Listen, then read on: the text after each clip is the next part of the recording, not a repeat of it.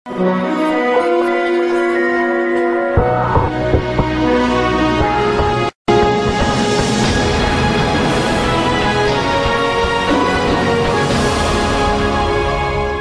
Back नाजरीन। जैसा कि आपने सुना कि बलूचिस्तान के हवाले से और अदलिया के हवाले से खालिद चौधरी साहब बात कर रहे थे, तो वहीं से सिलसिला शुरू करते हैं जहां से टूटा था। जी खालिद साहब। देखिए, मैं ये कह रहा था कि 2009 में 140 लाशें मिली हैं, हजारों जो हैं वो मिसिंग हैं। वो सिविल हुकूमत ने तो नहीं की है, सबको पता है। वो आप उनसे पूछे जिनके घर वाले गए हैं कि वो किन पे जो मिसिंग पर्सन हैं वो किन पे वो इल्जाम लगा रहे हैं कि वो उनको कौन लेके गया है।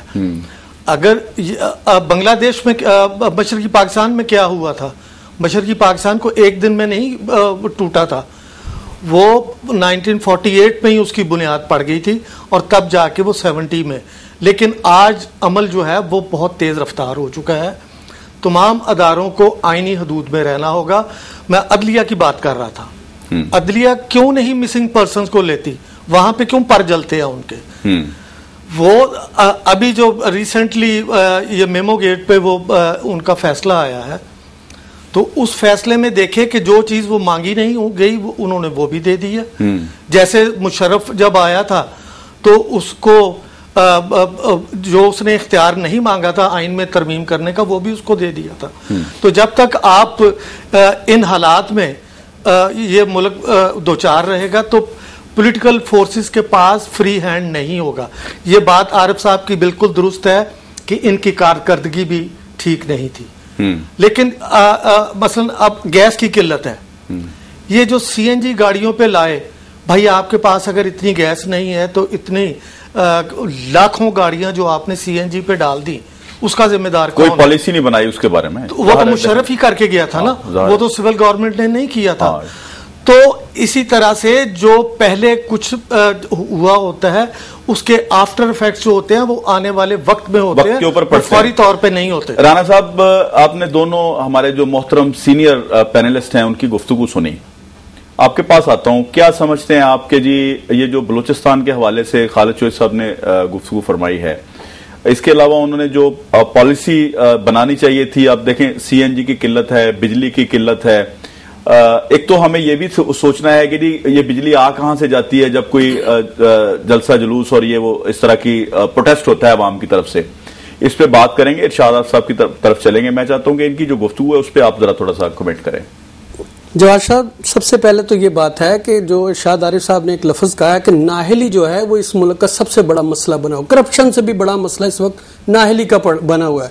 कि आप जब ऐसे लोगों को वुज़रा लगा देंगे जिनका उस वजारत से ताल्लुक नहीं, उस वजारत के हवाले से एजुकेशन नहीं, उस वजारत के हवाले से उनके पास टेक्निकल मवाद मौजूद नहीं, तो वो कैसे वो एक वजीर जो है वो आपकी जो उस इदारे के अंदर जाकर और अपनी जो सलाहियतें हैं वो बरूकार लाकर उस इदारे की तरक्की के लिए काम कर सकता है।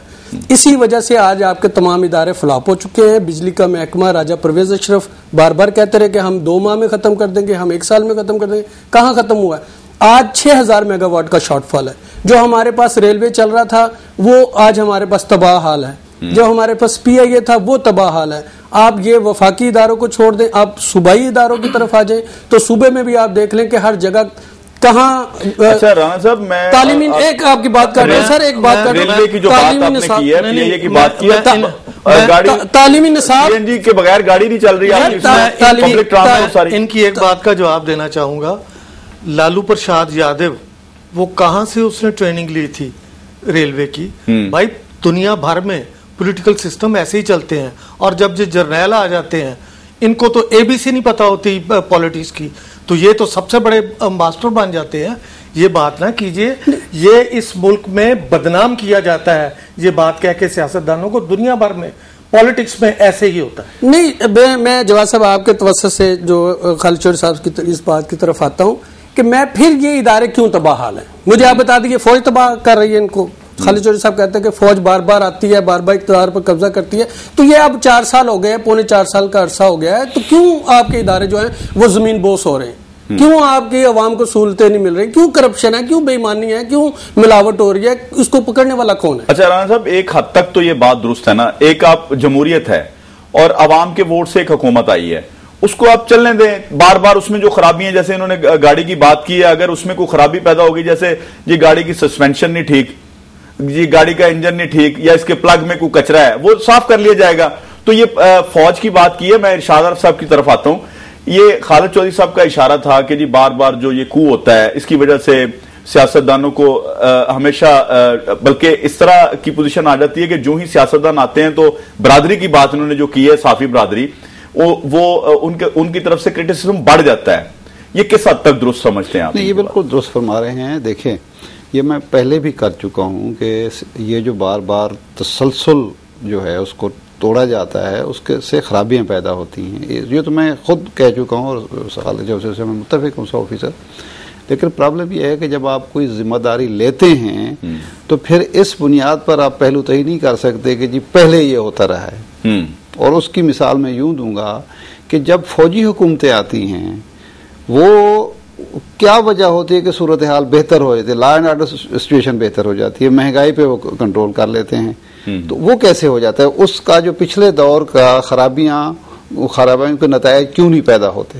एक तो सवाल ये है। गाड़ी वाली जो मिसाल है, देखिए, एक गाड़ी को आप सड़क पे लाएंगे तो उसकी खराबी का पता चलेगा, लेकिन ये तो नहीं कि उसके बाद खराबियां उसमें खुद ड्राइवर जो है वो मारना शुरू कर दे, बार बार मारता चला जाए। यही बात मैंने चलाने की कोशिश की थी। वो खराबी दूर करने की कोशिश तो की जाए ना।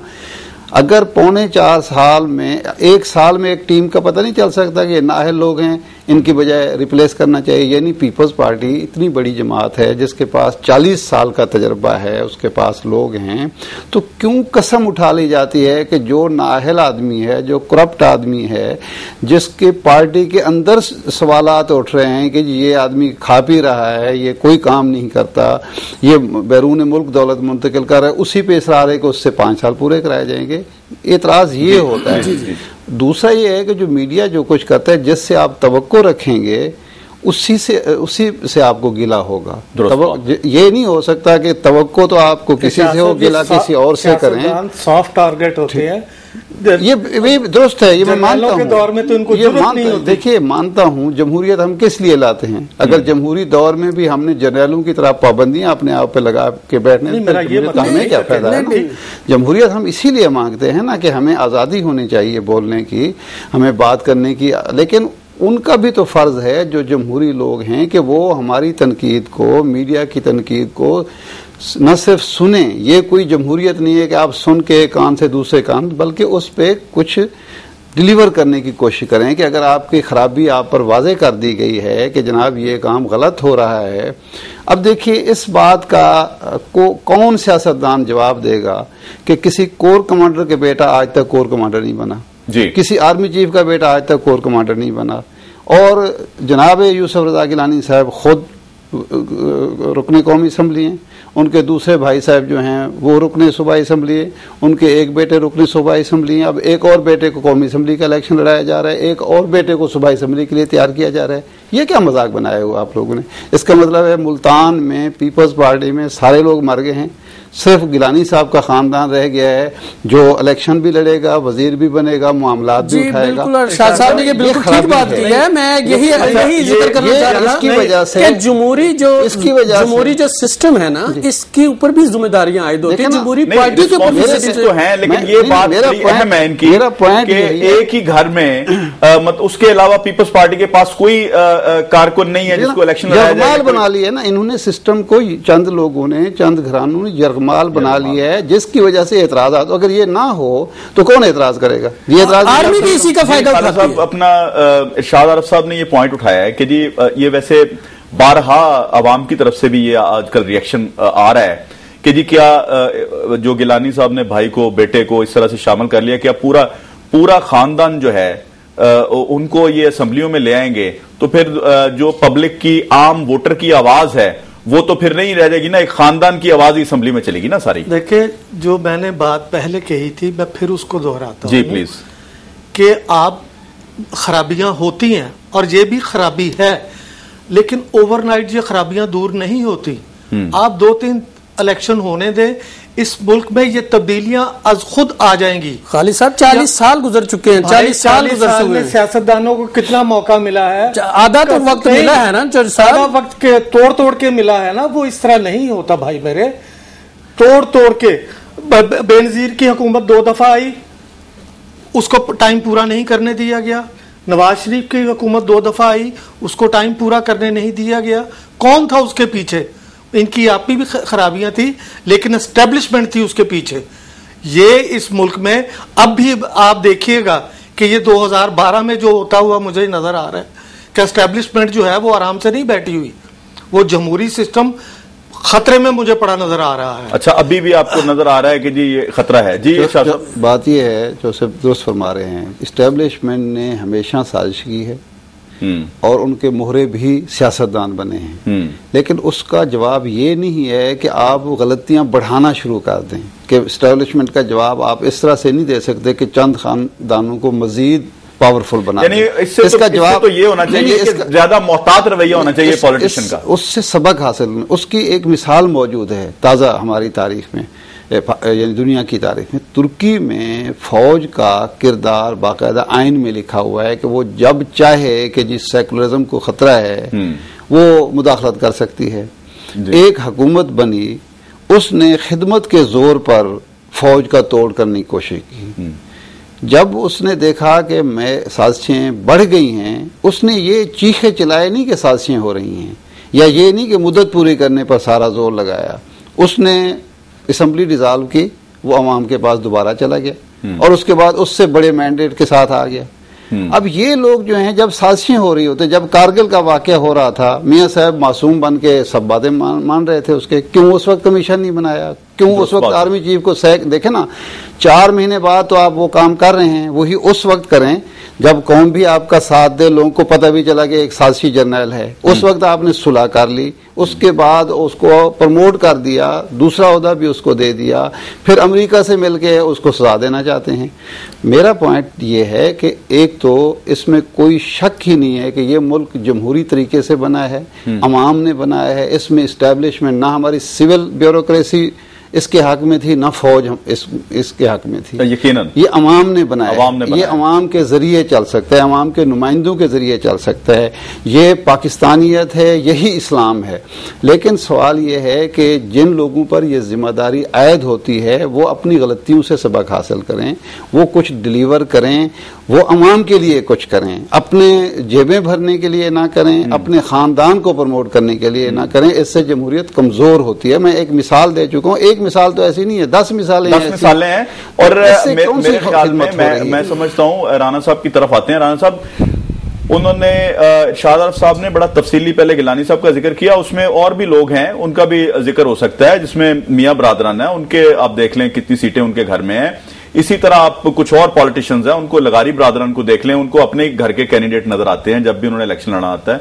चौधरी बरादरान को, हमारी सियासी जमातों में ये नकायस तो हैं, लेकिन जो कहना है खालिद चौधरी साहब का वो भी बात दुरुस्त है कि जी इसको हमने इस तरह से लेना चाहिए कि इस प्रोसेस को जितना ये चलता चला जाएगा, गाड़ी चलती चली जाएगी, उसकी खराबियां नजर आती चली जाएंगी, लेकिन अब ड्राइवर भी ठीक ना हो तो वो एक्सीडेंट कर बैठे, उसमें भी ये दुरुस्त बात है। क्या ये जमहूरियत की गाड़ी के साथ इसी तरह एक्सीडेंट होते रहेंगे? क्या समझते हैं साहब? ये उस वक्त तक होते रहेंगे। मैं, ये दोनों मेरे मोहतरम साथी भी बैठे हैं, मेरे उस्तादों की जगह हैं। मैं ये कहना, इनसे ये पूछना चाहता हूँ, एक सवाल पूछना चाहता हूँ कि एस्टेब्लिशमेंट क्यों आती है? क्या वो मुल्क दुश्मन है? क्या फौज हमारी मुल्क दुश्मन है? आप एस्टेब्लिशमेंट को अगर ये कहते हैं कि वो बार बार आकर इख्तिदार पर कब्जा कर लेती है, तो क्या वो मुल्क दुश्मन है?